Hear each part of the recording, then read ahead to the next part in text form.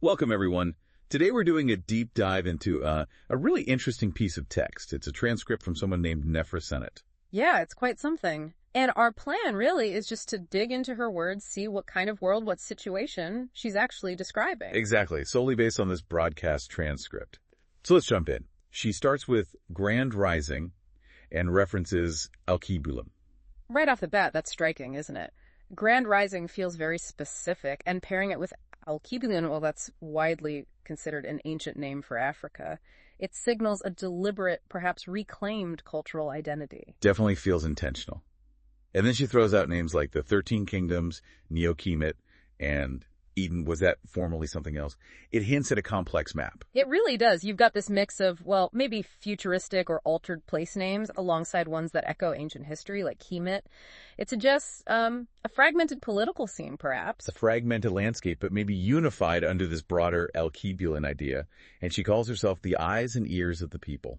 Yeah, that line is significant. It makes you wonder, is there no mainstream media? Or maybe it's not trusted. She's positioning herself as this essential conduit. A direct source.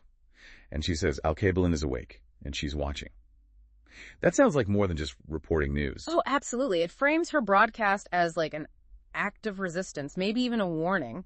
It's about collective awareness, vigilance. She's clearly an activist, vowing to expose injustice. Then the narrative shifts dramatically with the United Space Forces. Described as invaders cloaked in diplomacy. That phrasing is just dripping with distrust, suggests a major betrayal occurred. And the consequences sound almost apocalyptic. Shattering the balance, ripping open the veil. Right, the veil. What even is that? A societal boundary? Something. Metaphysical. The text doesn't explicitly say, but ripping it open unleashes the demon Nephriax and his twisted legion. So we're potentially talking supernatural elements, or maybe interdimensional. It's definitely not just a standard invasion story.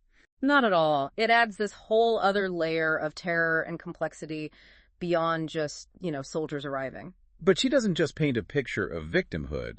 There's resistance. Beta Squad. Yes. Rising from the ashes. That classic image of resilience. And she calls them fierce, unbroken, and unbought. Strong words. Incorruptible. And there's also the Queen of the Neon Aachen.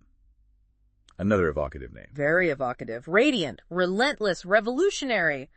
Sounds like a powerful, maybe charismatic leader figure heading another faction of this resistance. And Nefra makes it clear they're fighting more than just these legions or demons. Exactly. She says more than monsters, pointing directly at human collaborators, people tied up with court corporations, the city managers, and the shadowy councils. Which brings us to that group, humans against biocreation. This part feels really tangled. It's fascinating, isn't it? On the surface, the name suggests maybe an ethical stance against certain technologies. Purity, perhaps? But Nefra flips that entirely. She accuses them of having hands soaked in synthetic blood and stolen futures. That's a huge contradiction. It is. What is biocreation in this context? Genetic manipulation. Artificial beings. We don't know. But the accusation implies deep hypocrisy or a hidden, darker agenda behind their mask of purity. It really highlights the murky moral lines here. Absolutely. Things are definitely not black and white in Alkebulans. Seems that way. Despite all this chaos and darkness, though, Nefra's own voice is incredibly strong. Yeah, her determination is palpable.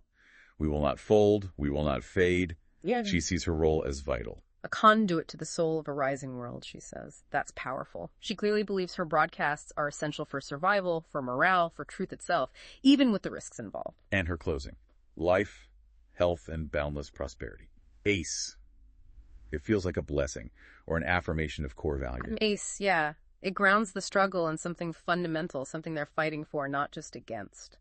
So putting it all together from just this one broadcast, we have Alkebulan, a culturally distinct region, possibly fragmented politically, now under occupation by deceptive space forces who've unleashed potentially supernatural threats. And facing internal threats, too, from human collaborators and groups with seemingly contradictory motives. But there's also fierce, organized resistance. It's quite a snapshot. It really makes you wonder, what does it actually mean for a world to have its veil ripped open like that? What kind of future is even possible? And what about those groups like Humans Against Biocreation? How does that kind of disconnect between public image and alleged actions play out in a conflict zone? It definitely leaves you thinking about narratives and truth, doesn't it?